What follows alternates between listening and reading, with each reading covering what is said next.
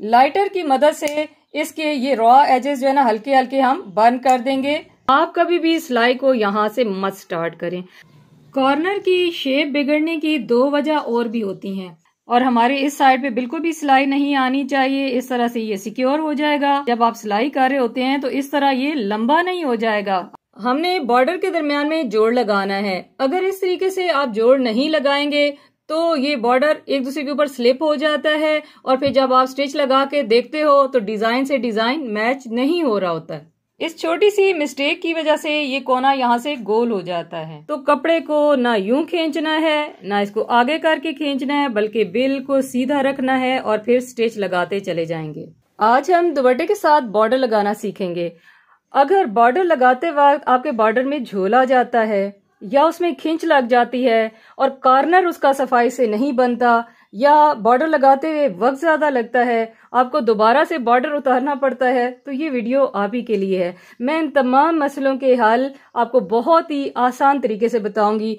Border को हम open कर लेंगे और मिड में से इसे कट कर लेंगे।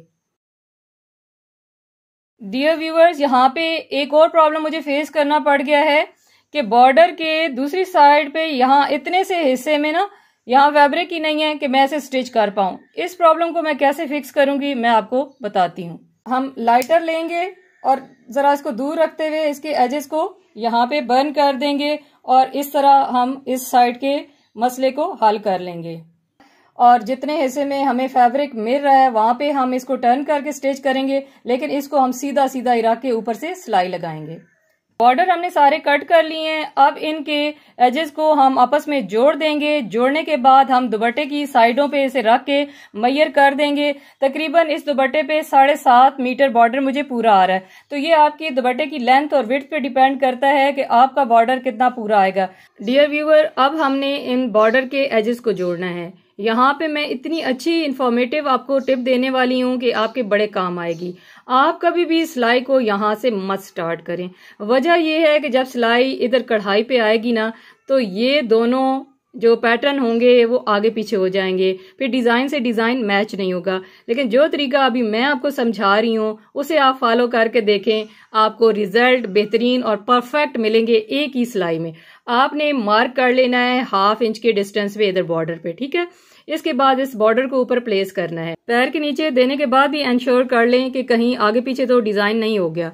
फिर आप इसे मिड में से स्टार्ट करें। इसी सिलाई के ऊपर सिलाई लगाते हुए इसे दूसरे कॉर्नर से मिला देना है।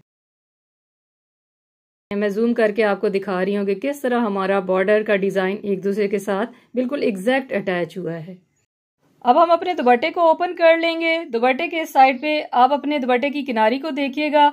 मेरे पास ये देखें इतनी ज्यादा इसमें खींच नहीं है, लेकिन मुझे पता है कि स्टार्ट में तो ये इतनी ज्यादा नहीं लगेगी, लेकिन बॉर्डर लगाते लगाते जब हम एज पे पहुंचेंगे तो ये वाले झोल बहुत ज्यादा प्रोमिनेंट हो जाएंगे। इसलिए पहले हम इस किनारी को रिमूव कर लेंगे। दुपट्टे की किनारी को रिमूव करने के बाद अब आपने दुपट्टे की सीधी साइड को इस तरह बिछा लेना है। फिर इसके बाद आपने इस्त्री लेके तो 1/2 इंच के मार्जिन के साथ ये तमाम किनारी को अंदर की तरफ इस तरह फोल्ड कर देना है। ये किनारी हम इसलिए नहीं फोल्ड कर रहे हैं कि हमने बॉर्डर को इसके ऊपर एज इट इज अटैच करना है। हमारे बॉर्डर में एक डिफेक्ट है, उसको हम फिक्स करना चाह रहे हैं। ये देखें, इसका जो ये फैब्रिक है सीम अलाउंस का, ये अनइवन है। यहाँ से ये कम है, इधर से ज्यादा है। अगर हम इसको ही फॉलो करेंगे और इसके किनारे को इस दुपट्टे के किनारे के साथ मिला के सिलाई लगाएंगे तो ये अनइवन जो है ना हमारी सिलाई आएगी, हमारा स्टिच सीधा नहीं आएगा। तो ये हमें एक गाइडलाइन के लिए क्रीज चाहिए। इस क्रीज के ऊपर हम स्टिच को लगाएंगे ताकि हमारा स्टिच बिल्कुल नीट एंड क्लीन आए, बिल्कुल स्ट्रेट आए। दुपट्टे की उल्टी साइड को हम ले लेंगे और इसके साथ हमने एक और चीज की श्योरिटी करनी है कि ये जो किनारा हमारा डिफेक्ट वाला था ये इस साइड पे अभी हमने नहीं जोड़ना, बल्कि इसकी जो ये वाली साइड है जहाँ पे हमारे पास फैब्रिक अवेलेबल है वो साइड जुड़नी चाहिए। तो इस साइड पे हम किनारे ही पे एक मार्किंग लगा लेंगे ताकि हमसे मिस्टेक ना हो जाए। डियर व्यूवर, स्टार्ट में आप बॉर्डर किस तरह से अटैच कर सकते हैं, इसके भी दो तरीके हैं। एक तरीका ये है कि आप यहाँ ही से मिला के इसको लेके चलें, और एक तरीका ये है कि यहाँ इतना सा हिस्सा 1.5 इंच का आप छोड़ दें और बॉर्डर को थोड़ा सा नीचे से स्टार्ट करना शुरू करें। यहाँ से अगर मैं स्टार्ट करना शुरू करूंगी तो यहाँ पे भी एक जोड़ आएगा और इधर कोने में भी एक जोड़ बनेगा, तो दोनों जोड़ मैं इकट्ठे नहीं करना चाह रही हूँ, तो इसलिए मैं इस बॉर्डर को यहाँ पीछे से लगाना स्टार्ट करूंगी ताकि मेरा एक जोड़ बने। अब बॉर्डर का ये एज जो है इस पे हम सिलाई लगाएंगे, लेकिन नीचे भी हम इंश्योर करते जाएंगे कि हमारी ये सिलाई क्रीज के ऊपर लगे।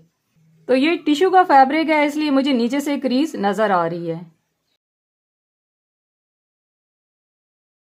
अब हम कॉर्नर पे पहुंच चुके हैं, जहां पे ये दोनों क्रीज लाइंस मिल रही हैं, इस कॉर्नर तक हम स्टिच लेके आएंगे।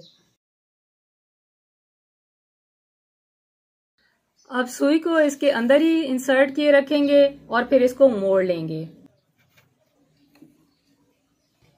अब देखें, सुई हमारी मशीन के अंदर ही है और इसको हमने मोड़ लिया है। इसको हम इधर से प्रेस कर लेंगे ताकि यहाँ पे कोई वेव सी ना बने, और यहाँ पे इंश्योर कर लेंगे कि हमारा ये जो क्रीज लाइन है उसके साथ साथ ही बिल्कुल स्ट्रेट स्टिच के साथ ये बॉर्डर अटैच हो। अब हम दुपट्टे के बिल्कुल आखिरी कॉर्नर पे पहुंच चुके हैं जहां से हमने स्टार्ट किया था। अब जब हमने सिलाई लगानी है तो बिल्कुल ये जो बॉर्डर है ना नीचे वाला, यहां तक जो है ना सिलाई इधर तक लेके आनी है, ठीक है। अब मशीन की नीडल को अंदर रख के तो इसको हमने मोड़ लेना है और इस तरह हमने यहां तक एक स्टिच लगाना है। इसको पक्का कर लेंगे। हमारी सिलाई बिल्कुल इसके किनारे तक आई है। अब थोड़ा सा मार्जिन छोड़ के तो इसको हम कट कर लेंगे। अब हम इस बॉर्डर को दुपट्टे की सीधी वाली साइड पे पलट के प्रेस कर लेंगे, और सारी साइडों पे हमने प्रेस करने के लिए ये जो इसका एक्स्ट्रा फैब्रिक है इसको भी अंदर कर देना है, फोल्ड कर देना है।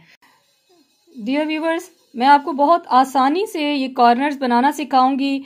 आपने इस तरह से प्रेस कर लिया, अब इसके बाद इसको फोल्ड कर लें। फोल्ड करने के बाद आपने इंश्योर करना है कि ये बॉर्डर का डिज़ाइन आपस में दोनों साइडों से मैच होना चाहिए। यहाँ पे मैच करने के बाद आपने इसको अच्छे से प्रेस कर लेना है। जब आपकी ये क्रीज अच्छे से बैठ जाएगी तो उसके बाद आपने इस ग्लू का इस्तेमाल करना है। थोड़ी सी ग्लू लेके तो आपने यहाँ पे लगानी है और इसके ऊपर इस तरह से प्रेस करके तो दोबारा आपने प्रेसर से इसको प्रेस कर लेना है। ग्लू के बाद जब हमने इस कॉर्नर को स्टिक कर लिया तो इसके बाद आपने सुई धागा लेना है और सुई धागे की मदद से यहाँ इस कोने में स्टिच लगा लेना है। आपका स्टिच बैक साइड पे नहीं जाना चाहिए। इसका फायदा ये होगा कि यहाँ तो ये सिलाई बैठ जाएगी। अगर आप ये मशीन के साथ लगाते हैं तो अक्सर ही ऐसे आपने देखा होगा कि ये कोना लंबा सा हो जाता है और इसकी शेप खराब हो जाती है।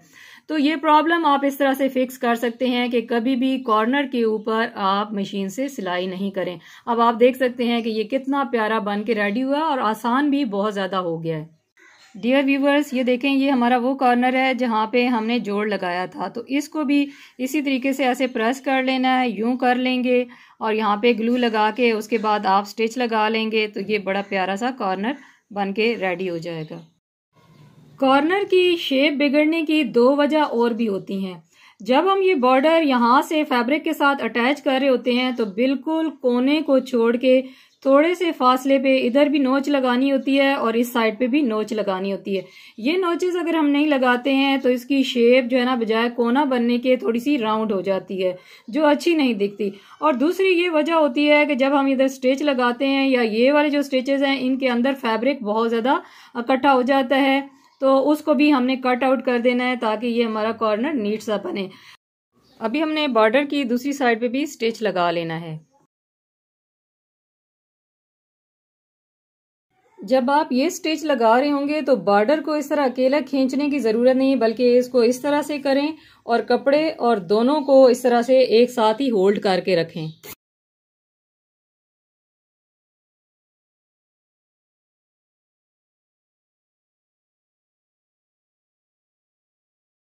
जब ये वाली सिलाई लगा रहे होंगे तो कपड़े को ना यूं खींचना है ना इसको आगे करके खींचना है, बल्कि बिल्कुल सीधा रखना है और फिर स्टिच लगाते चले जाएंगे। अब हम कॉर्नर पे पहुंच चुके हैं। यहाँ इस तरह मोड़ने की जरूरत नहीं है, बल्कि हम इधर मोड़ देंगे तो कितनी आसानी से ये हमारा कॉर्नर बन जाएगा। जब कोना भी मोड़ रहे होंगे तो यहां से इंश्योर करें कि इधर ज्यादा खींच ना जाए। ओके,